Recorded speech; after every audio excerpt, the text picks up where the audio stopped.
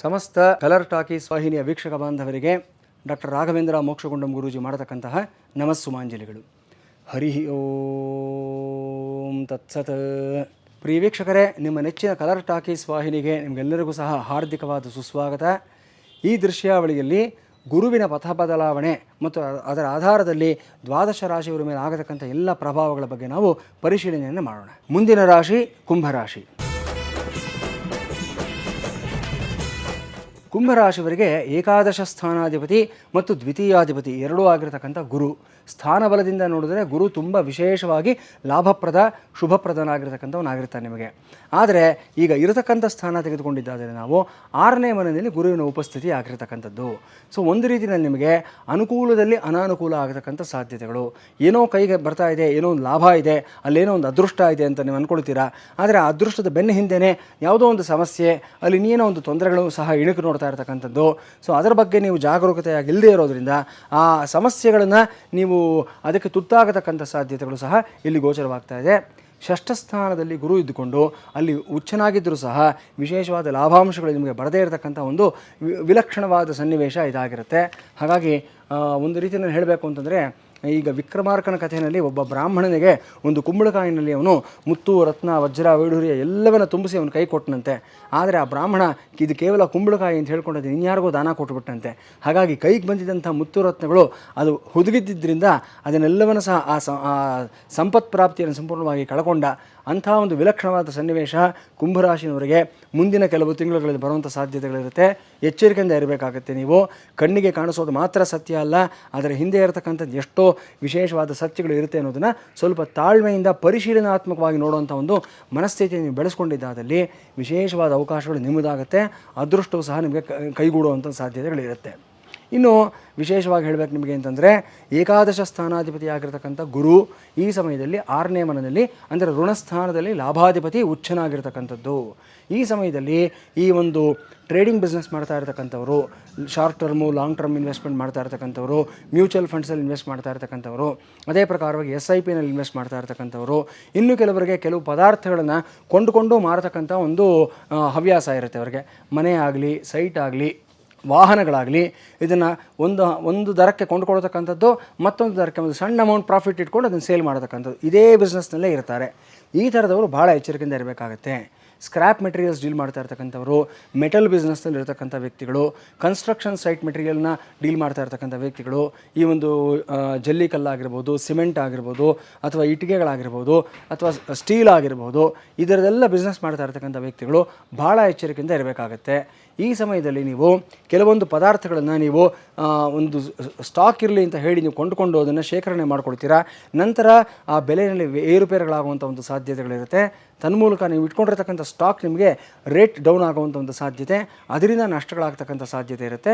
So ಅಗತ್ಯಕ್ಕೆ ತಕ್ಕನಾಗೆ, ನಿಮ್ಮ ಡಿಮ್ಯಾಂಡ್ಗೆ ತಕ್ಕನಾಗಿ ಮಾತ್ರ ನೀವು ಸಪ್ಲೈ ಆ್ಯಂಡ್ ಡಿಮ್ಯಾಂಡ್ ಕಾನ್ಸೆಪ್ಟ್ ಏನಿರುತ್ತೆ ಅದಕ್ಕೆ ತಕ್ಕನಾಗಿ ಮಾತ್ರ ನೀವು ಖರೀದಿ ಮಾಡಿ ಅದನ್ನು ರೊಟೇಷನ್ ಮಾಡ್ತಕ್ಕಂಥ ಬಿಸ್ನೆಸ್ನ ನೀವು ಕೈ ಹಾಕಬೇಕಾಗುತ್ತೆ. ಅದಲ್ಲದೆ ಅತಿಯಾಗಿ ಶೇಖರಣೆ ಮಾಡ್ತೀನಿ, ದಾಸ್ತಾನನ್ನು ಇಟ್ಕೊಳ್ತೀನಿ ಅಂದರೆ ಕುಂಭರಾಶಿನವರು ಈ ಸಮಯದಲ್ಲಿ ನಷ್ಟಗಳನ್ನು ಎದುರು ನೋಡಬೇಕಾದಂಥ ಒಂದು ಸಂದರ್ಭ ಆಗಿರುತ್ತೆ. ಕೇರ್ಫುಲ್ ಆಗಿರಿ. ಇನ್ನು ಪರ್ಟಿಕ್ಯುಲರ್ಲಿ ಈ ಒಂದು ವಾಹನ ಚಾಲನೆ ಮಾಡತಕ್ಕಂಥ ವ್ಯಕ್ತಿಗಳು ಯಾರಿರ್ತಾರೆ, ಟ್ರಾನ್ಸ್ಪೋರ್ಟ್ ಡಿಪಾರ್ಟ್ಮೆಂಟಲ್ಲಿ ವರ್ಕ್ ಮಾಡ್ತಾ ಇರ್ತಕ್ಕಂಥವ್ರು, ಅದೇ ಪ್ರಕಾರ ದೊಡ್ಡ ದೊಡ್ಡ ಟೂರ್ಸ್ ಆ್ಯಂಡ್ ಟ್ರಾವೆಲ್ಸ್ ನಡೆಸ್ತಾ ಇರತಕ್ಕಂಥ ವ್ಯಕ್ತಿಗಳಾಗಿರ್ಬೋದು, ಮತ್ತು ಗೌರ್ಮೆಂಟ್ ವೆಹಿಕಲ್ಸ್ನ ಯಾರ್ಯಾರು ಡ್ರೈವ್ ಮಾಡ್ತಾ ಇರ್ತಾರೆ ಆ ಥರದ ಚಾಲಕರು, ಪರ್ಟಿಕ್ಯುಲರ್ಲಾಗಿ ಈ ಒಂದು KSRTC ಆಗ್ಬೋದು, ಮತ್ತೊಂದು ಆಗ್ಬೋದು, ಆ ಚಾಲಕರೆಲ್ಲರೂ ಸಹ ಒಂದಕ್ಕೆ 2 ಪಟ್ಟು ಎಚ್ಚರಿಕೆಯಿಂದ ಇರಬೇಕಾದಂಥ ಒಂದು ಸಂದರ್ಭ ಆಗಿರುತ್ತೆ. ನಿಮ್ಮ ತಪ್ಪುಗಳು ಏನಿಲ್ಲದೆ ಹೋದರೂ ಸಹ ಈ ಎಲ್ಲ ವರ್ಗದವರ ಮೇಲೆ ಯಾವುದೋ ಒಂದು ಸಮಸ್ಯೆಯಲ್ಲಿ ಸಿಕ್ಕಾಕೊಳ್ತಕ್ಕಂಥ ಒಂದು ಸಂದರ್ಭಗಳು ಸುಮಾರು ಮೇಲಿಂದ ಮೇಲೆ ಬರುತ್ತೆ. ಸೊ ನಿಮ್ಮ ಮನಸ್ಥಿತಿ ತುಂಬ ಹತೋಟಿಯಲ್ಲಿ ಇಟ್ಕೊಳ್ಳೋದಕ್ಕೆ, ನಿಯಂತ್ರಣದಲ್ಲಿ ಇಟ್ಕೊಳ್ಳೋದಕ್ಕೆ ನೀವು ಪ್ರಯತ್ನವನ್ನು ಮಾಡಬೇಕಾಗತ್ತೆ. ಬೇಡದೇ ಇರತಕ್ಕಂಥ ಯಾವುದೇ ಗಲಾಟೆ, ಘರ್ಷಣೆಗಳಿಗೆ ಸಿಕ್ಕಾಕೊಳ್ಳೋದಕ್ಕೆ ಹೋಗಬಾರ್ದು. ಕರ್ಮಸ್ಥಾನಾಧಿಪತಿ ಕುಜ ಆಗಿರೋದ್ರಿಂದ ಉದ್ಯೋಗ ಸ್ಥಾನದಲ್ಲಿ ನಿಮಗೆ ಒಂದು ಸಣ್ಣ ಫ್ರಿಕ್ಷನ್ ಆದ್ರೂ ಸಹ ಅವರಿಗೆ ಮಾತಿನಲ್ಲಿ ಎದುರೇಟ್ ಕೊಡಬೇಕು ಅನ್ನೋ ಒಂದು ಟ್ರಿಗರ್ ಆಗಿಬಿಡ್ತೀರ ನೀವು ಬಹಳ ಬೇಗ. ಸೊ ಇದರಿಂದನೇ ಸಮಸ್ಯೆಗಳನ್ನ ಜಾಸ್ತಿ ತಂದುಕೊಡ್ತೀರಾ. ಸೊ ಬಹಳ ಕೇರ್ಫುಲ್ ಆಗಿರಬೇಕಾಗತ್ತೆ ಈ ವಿಚಾರದಲ್ಲಿ. ಇನ್ನು ವಿಶೇಷವಾಗಿ ಸಪ್ತಮ ಸ್ಥಾನಾಧಿಪತಿ ರವಿಯಾಗಿದ್ದು ನಿಮಗೆ ರವಿಯ ಸಂಚಾರ, ರವಿ ಮತ್ತು ಗುರುವಿನ ಸಂಯೋಗ, ರವಿ ಮತ್ತು ಶುಕ್ರ ಮತ್ತು ಗುರುವಿನ ಒಂದು ಸಂಯೋಗ, ಇದೆಲ್ಲವನ್ನು ನೋಡಿದ್ದಾದಲ್ಲಿ ವೈವಾಹಿಕ ಜೀವನದಲ್ಲೂ ಅಷ್ಟೇ ಕುಂಭರಾಶಿಯವರಿಗೆ ಹಲವಾರು ಏರುಪೇರುಗಳಾಗುವಂಥ ಒಂದು ಸಾಧ್ಯತೆಗಳು ಈ ಸಮಯದಲ್ಲಿ ಕಾಣಿಸ್ತಾ ಇದೆ.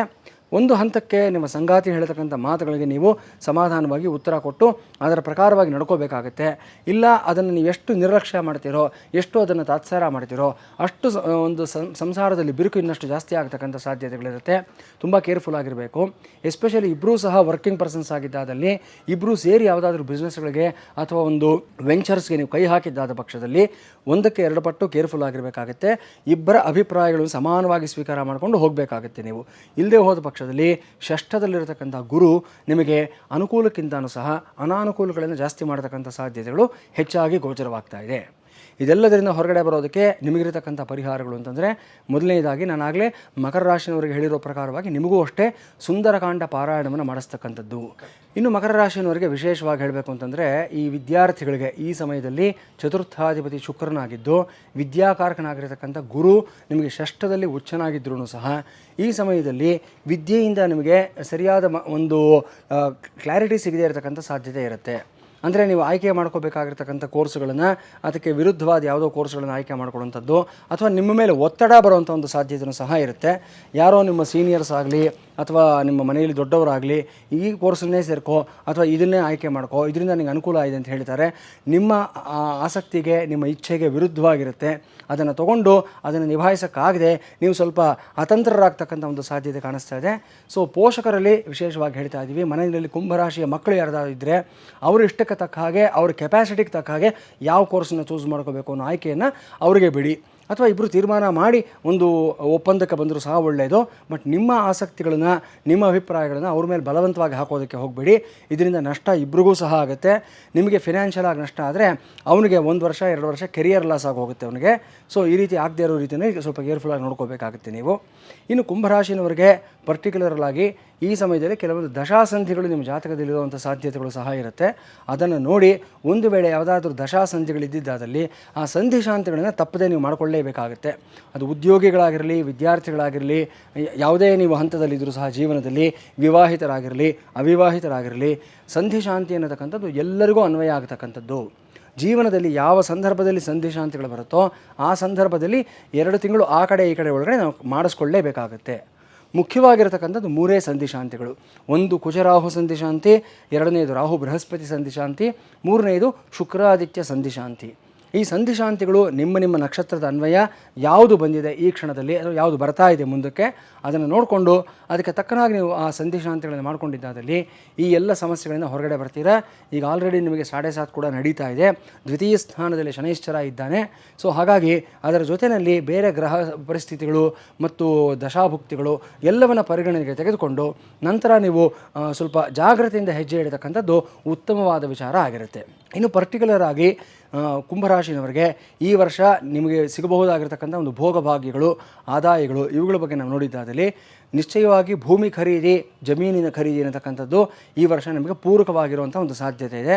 ಅದರಲ್ಲೂ ಯಾವುದಾದ್ರೂ ಲಿಟಿಗೇಷನ್ ನಡೀತಾ ಇದೆ ಅನ್ನೋದಾದರೆ 2 ವರ್ಷ, 3 ವರ್ಷ, 8 ವರ್ಷದಿಂದ ನಡೀತಾ ಇದೆ ಅಂತ ಇಟ್ಕೊಂಡ್ರೆ ಅವೆಲ್ಲವೂ ಈ ಸಮಯದಲ್ಲಿ ನಿಮ್ಮ ಪರವಾಗಿ ತೀರ್ಪುಗಳು ಬರುವಂಥ ಒಂದು ಸಾಧ್ಯತೆಗಳು ಸ್ಪಷ್ಟವಾಗಿ ಕಾಣಿಸ್ತಾ ಇದೆ. ಈ ನಿಟ್ಟಿನಲ್ಲಿ ನೀವು ಮಾಡಬೇಕಾಗಿರ್ತಕ್ಕಂಥದ್ದು ವಾರಾಹಿ ದೇವಿಯ ಒಂದು ಆರಾಧನೆ ಆಗಿರುತ್ತೆ. ವಾರಾಹಿ ದೇವಿ, ರಾಜಶ್ಯಾಮಲಾದೇವಿ, ಈ 2 ದೇವಿಯರ ಒಂದು ಆರಾಧನೆ ಮಾಡ್ತಕ್ಕಂಥದ್ದು ಮತ್ತು ಬೃಹಸ್ಪತಿಯ ಪತ್ನಿಯಾದಂಥ ತಾರಾದೇವಿ ಅನುಷ್ಠಾನ ಮಾಡ್ತಕ್ಕಂಥದ್ದು ಇದು ಮೀನರಾಶಿನವ್ರಿಗೂ ತುಂಬ ವಿಶೇಷವಾದ ಫಲಿತಾಂಶ ಕೊಡುತ್ತೆ. ಮುಂದಿನ ಮೀನರಾಶಿಯವ್ರಿಗೂ ಈ ವಿಚಾರ ತಿಳಿಸ್ತೀನಿ. ಜೊತೆಗೆ ಕುಂಭರಾಶಿನವರು ಅಷ್ಟೇ ಯಾವುದೇ ಒಂದು ಇಷ್ಟಾರ್ಥ ಸಿದ್ಧಿ ಆಗಬೇಕು, ಒಂದು ಸೀಕ್ರೆಟ್ ಆಗಿರೋ ಒಂದು ಸಾಧನೆಯನ್ನು ಮಾಡಬೇಕು ನೀವು, ಅಥವಾ ನಾನು ಹಿಂದೆ ಯಾವತ್ತೋ ಕೈ ಹಾಕಿರ್ತಕ್ಕಂಥ ಒಂದು ವಿದ್ಯೆ ಅರ್ಧಂಬರ್ಧ ನಿಂತು ಹೋಗಿದೆ, ಅದನ್ನು ಪೂರ್ತಿ ಮಾಡ್ಕೋಬೇಕು ಅಂತಂದರೆ ಇದಕ್ಕಿರ್ತಕ್ಕಂಥ ದಿವ್ಯವಾದ ಮಾರ್ಗ ಅಂತಂದರೆ ತಾರಾದೇವಿಯ ಒಂದು ಆರಾಧನೆ ಆಗಿರುತ್ತೆ. ಎಲ್ಲ ದೇವಾನುದೇವತೆಗಳಿರತಕ್ಕಂಥ ಗುಣ ಏನಂತಂದರೆ ಆ ಪುರುಷ ದೇವತೆಯಲ್ಲಿ ಯಾವ ಒಂದು ಶಕ್ತಿ, ಯಾವ ಒಂದು ಅನುಗ್ರಹ ಬಲ ಇರುತ್ತೋ ಆ ಪುರುಷ ದೇವತೆಗೆ ಸರಿಸಮಾನವಾದ ಸ್ತ್ರೀ ದೇವತೆಯಲ್ಲೂ ಸಹ ಅದೇ ಅನುಗ್ರಹ ಶಕ್ತಿ, ಅದೇ ಆಶೀರ್ವಾದ ಬಲ ನಿಶ್ಚಯವಾಗಿರುತ್ತೆ. ಅಂದರೆ ಲಕ್ಷ್ಮೀನಾರಾಯಣರು ಬೇರೆ ಅಲ್ಲ, ಪಾರ್ವತಿ ಪರಮೇಶ್ವರರು ಬೇರೆ ಇಲ್ಲ. ಮಹಾವಿಷ್ಣು ಏನನ್ನ ಪ್ರಸಾದವನ್ನು ಮಾಡ್ತಾರೋ ನಮಗೆ ಅದನ್ನು ಸಾಕ್ಷಾತ್ ಶ್ರೀಮನ್ ಮಹಾಲಕ್ಷ್ಮಿ ಕೂಡ ನಮಗೆ ಕೊಡ್ತಾಳೆ. ಎಷ್ಟೋ ಜನ ಅಂದ್ಕೊಂಡಿರ್ತಾರೆ ಮಹಾವಿಷ್ಣು ಮಾತ್ರ ನಮಗೆ ಮೋಕ್ಷವನ್ನು ಕೊಡ್ತಾನೆ ಅಂತ. ಆದರೆ ಮಹಾಲಕ್ಷ್ಮಿ ಕೂಡ ಭುಕ್ತಿ ಮುಕ್ತಿ ಪ್ರದಾಯಿನಿ ಅಂತ ಮಹಾಲಕ್ಷ್ಮಿ ಅಷ್ಟಕದಲ್ಲಿ ಹೇಳೋ ಪ್ರಕಾರವಾಗಿ ಮುಕ್ತಿಯನ್ನೂ ಕೊಡ್ತಕ್ಕಂಥವಳಾಗಿರ್ತಾಳೆ. ಹಾಗೆ ಪಾರ್ವತಿ ಪರಮೇಶ್ವರರು, ಜಗದಂಬೆ ಗೌರಿ ಏನನ್ನೆಲ್ಲ ಕೊಡ್ತಾಳೋ ನಮಗೆ ಅದೆಲ್ಲವನ್ನು ಪರಮೇಶ್ವರನು ಸಹ ನಮಗೆ ಕೊಡ್ತಾನೆ. ನಿಶ್ಚಯವಾಗಿ ಅವರಿಬ್ಬರ ಸ್ವರೂಪದಲ್ಲಿ, ಅವರಿಬ್ಬರ ಆಶೀರ್ವಾದದಲ್ಲಿ, ಅನುಗ್ರಹದಲ್ಲಿ ಯಾವುದೇ ತಾರತಮ್ಯ ಇರೋದಿಲ್ಲ. ಇದು ದೇವತಾ ರಹಸ್ಯ ಆಗಿರುತ್ತೆ. ಅದೇ ಹಿನ್ನೆಲೆಯಲ್ಲಿ ಹೇಳಬೇಕು ನಿಮಗೆ ಅಂತಂದರೆ ಬೃಹಸ್ಪತಿ ಅಂದರೆ ಈ ಗುರುಗ್ರಹ ನಿಮ್ಗೆ ಏನನ್ನು ಕೊಡ್ತಾನೋ ಆ ಗುರುಗ್ರಹದ ಆರಾಧನೆಯಿಂದ ನೀವೇನನ್ನು ಪಡ್ಕೋಬಹುದೋ ಅದೆಲ್ಲವನ್ನು ಆ ಬೃಹಸ್ಪತಿಯ ಪತ್ನಿಯಾದಂಥ ತಾರಾದೇವಿ ಆರಾಧನೆಯಿಂದಲೂ ಸಹ ನಿಶ್ಚಯವಾಗಿ ನೀವು ಪಡ್ಕೋಬಹುದು. ವಿಶೇಷವಾಗಿ ಈಗ ನಾನು ಹೇಳಿರತಕ್ಕಂಥದ್ದು ನಿಮ್ಮ ರಹಸ್ಯವಾದಂಥ ಕೋರಿಕೆಗಳ ಸಿದ್ಧಿ, ಇಷ್ಟಾರ್ಥ ಪ್ರಾಪ್ತಿ, ನಿಂತು ಹೋಗಿರತಕ್ಕಂಥ ಕೌಶಲ್ಯಗಳ ಒಂದು ಪುನರಾರಂಭ, ಈ ಎಲ್ಲ ಕೆಲಸಗಳಿಗೆ ತಾರಾದೇವಿಗಿಂತ ಶ್ರೇಷ್ಠವಾಗಿರತಕ್ಕಂಥ ಅನುಷ್ಠಾನ ಮತ್ತೊಂದು ಶಕ್ತಿ ಇನ್ಯಾವುದೂ ಇರೋದಿಲ್ಲ. ಇದನ್ನು ಮಾಡಿ, ಜೊತೆಗೆ ವಾಹನ, ಭೂಮಿ, ಜಮೀನು ಇತ್ಯಾದಿಗಳನ್ನೆಲ್ಲ ಯಾರ್ಯಾರು ಖರೀದಿ ಮಾಡ್ಕೋಬೇಕು, ಒಂದು ಗೋಡೌನ್ ಮಾಡಬೇಕು, ಒಂದು ಫ್ಯಾಕ್ಟ್ರಿ ಮಾಡಬೇಕು, ಒಂದು ಬಿಸ್ನೆಸ್ನ ಎಕ್ಸ್ಪ್ಯಾಂಡ್ ಮಾಡಬೇಕು, ಈ ಥರದ ಮೈಂಡ್ಸೆಟ್ ಯಾರ್ಯಾರೆಲ್ಲ ಇಟ್ಕೊಂಡಿರ್ತೀರಾ ಅವರೆಲ್ಲರೂ ಅಷ್ಟೇ ಈ ಒಂದು ವಾರಾಹಿ ದೇವಿ, ರಾಜಶ್ಯಾಮಲಾದೇವಿ ಆರಾಧನೆ ಮಾಡೋದ್ರಿಂದ ಅದ್ಭುತವಾದ ಫಲಿತಾಂಶಗಳನ್ನು ಪಡ್ಕೊಳ್ತೀರಾ. ಬಟ್ ಇಲ್ಲಿ ಒಂದು ಸೂಕ್ಷ್ಮ ಏನಂತಂದರೆ ಈ ಎಲ್ಲ ದೇವತೆಗಳ ಅನುಷ್ಠಾನಗಳನ್ನು ನೀವು ಗುರುಮುಖೇನಾನೇ ಮಾಡಬೇಕಾಗತ್ತೆ. ನಿಮ್ಮಷ್ಟಕ್ಕೆ ನೀವು ಯಾವುದೋ ಒಂದು ವಾಹಿನಿಯಲ್ಲಿ, ಯಾವುದೋ ಒಂದು ಯೂಟ್ಯೂಬ್ನಲ್ಲಿ ಒಂದು ದೃಶ್ಯಾವಳಿ ನೋಡಿಬಿಟ್ಟು, ಒಂದು ಪುಸ್ತಕದಲ್ಲಿ ಮಂತ್ರ ಓದಿಬಿಟ್ಟು ಅನುಷ್ಠಾನ ಕ್ರಮವನ್ನು ನಿಮ್ಮಷ್ಟಕ್ಕೆ ನೀವೇ ಮಾಡ್ಕೊಳ್ಳೋದಕ್ಕೆ ಹೋಗಬಾರ್ದು. ಇನಿಸಿಯೇಷನ್ ಅಂತ ಇರುತ್ತೆ, ಅಂದರೆ ಆ ಮಾರ್ಗದಲ್ಲಿ ನಿಮ್ಮನ್ನು ಕರ್ಕೊಂಡು ಹೋಗ್ತಕ್ಕಂಥದ್ದು ಅಂತ. ಅದನ್ನು ಒಬ್ಬ ಸದ್ಗುರು ಮಾತ್ರ ಮಾಡೋದಕ್ಕೆ ಸಾಧ್ಯ. ಸರಿಯಾದ ಗುರುಗಳ ಮಾರ್ಗದರ್ಶನದಲ್ಲಿ ಮಾಡಿ ಖಂಡಿತವಾಗ್ಲೂ ಒಳ್ಳೆಯ ಫಲಿತಾಂಶವನ್ನು ಪಡ್ಕೊಳ್ತೀರಾ ನೀವು.